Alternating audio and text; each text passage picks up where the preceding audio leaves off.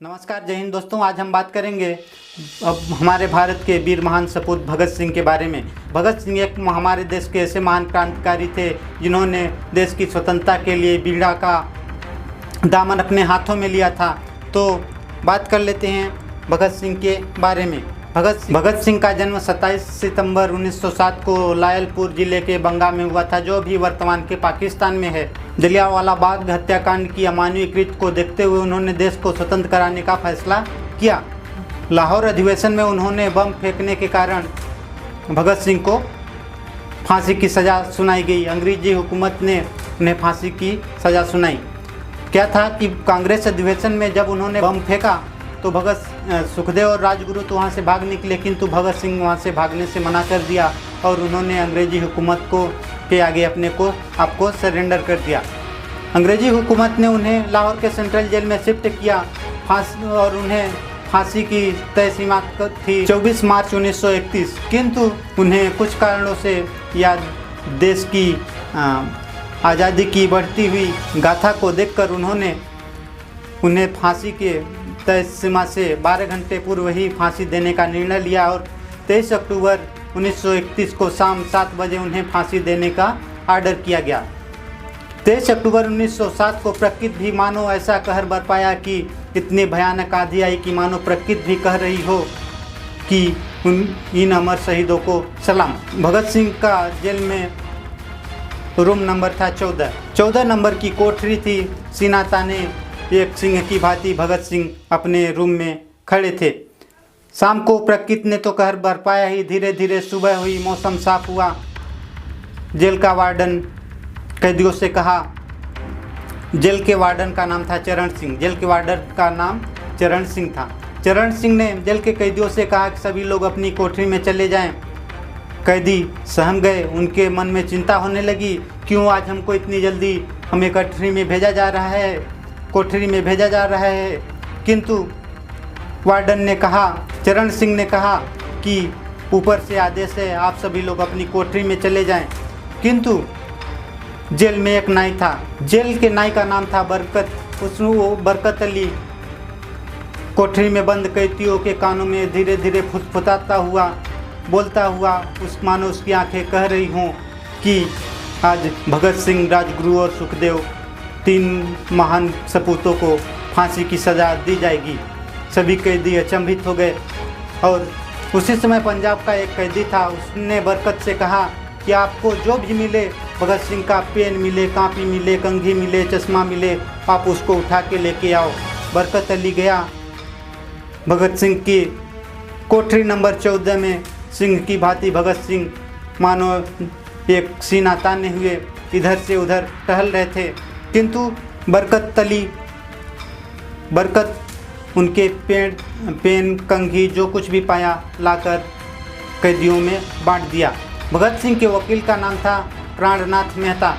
प्राणनाथ मेहता ने संदेश दिया कि आपको फांसी की तय सीमा से 12 घंटा पूर्व ही फांसी दी जाएगी। भगत सिंह एकदम सीन की भांति खड़े थे। भगत सिंह ने उन्हें कहा कि मैंने जो किताब मंगाया था, आप वो किताब लाए हैं? प्राणनाथ मेहता चौंक गए। इसको अभी फांसी दी जानी है और इसको किताब की सूझ रही है। प्राणनाथ मेहता ने जो लाइब्रेरी से किताब लाई थी वो भगत सिंह के हाथों में सौंप कर कहा, अगर कुछ तुम देश के लिए संदेश देना चाहते हो तो दो।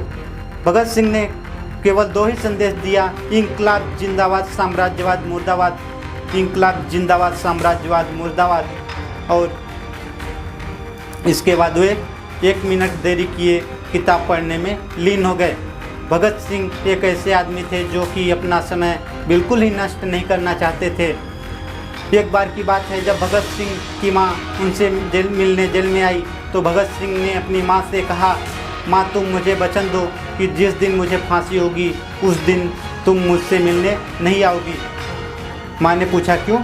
भगत सिंह ने कहा, अगर तुम मुझसे मिलने आओगी तुम्हारी आंखों से आंसू निकल जाएंगे, तुम्हारी आंखों से हमारे देश के उन वीर नवयुवाओं का जोश कम हो जाएगा और वे अपनी मातृभूमि के लिए कभी आगे नहीं आएंगे।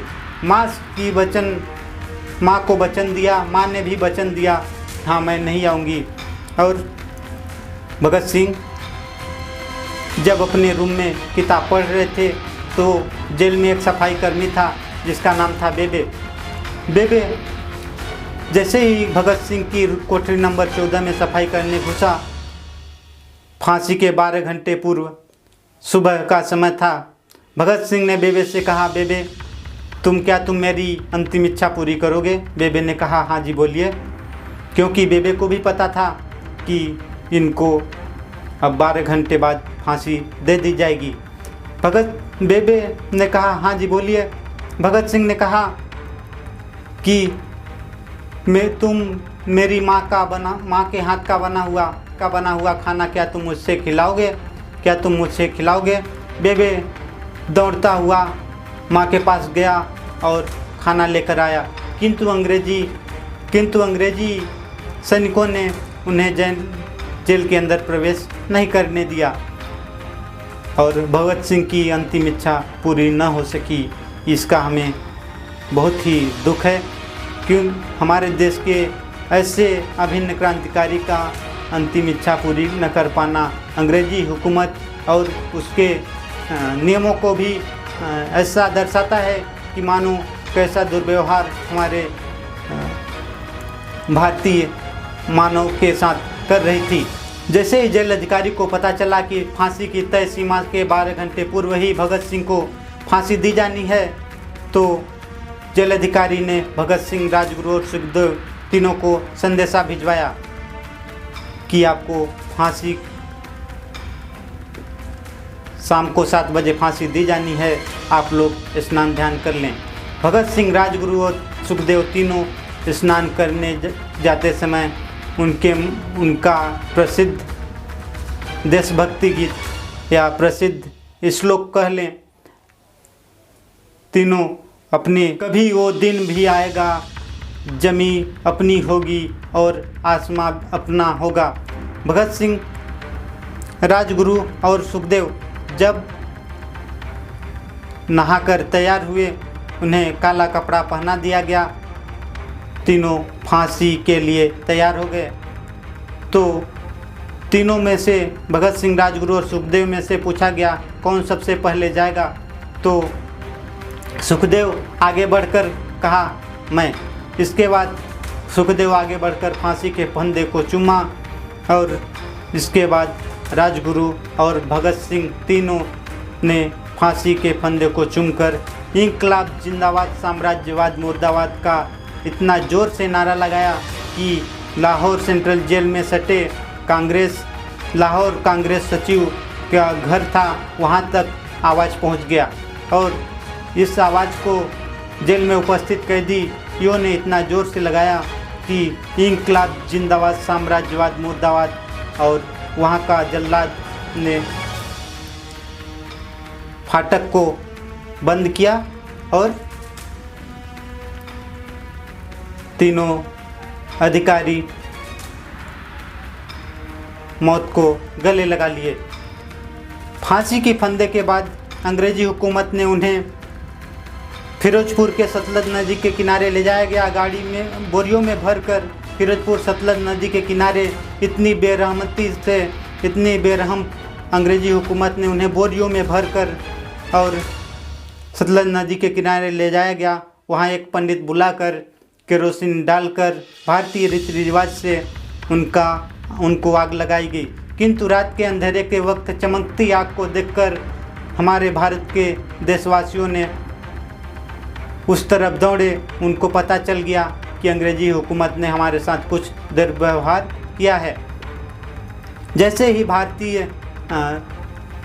भारतवासियों को देखकर अंग्रेजी सैनिकों ने देखा भारत के जवानों को, तो वो वहाँ से भाग खड़े हुए। भारतीय जवान उनकी चिता को जब तक बुझ नहीं गया उनका रक्षा की। ऐसे वीर महान सपूत भगत सिंह, राजगुरु, सुखदेव को मेरा सत सत नमन। और हाँ, पाकिस्तानियों को भी एक चेतावनी है कि अगर तुम कश्मीर चिल्लाओगे तो इसी तरह पिटाओगे।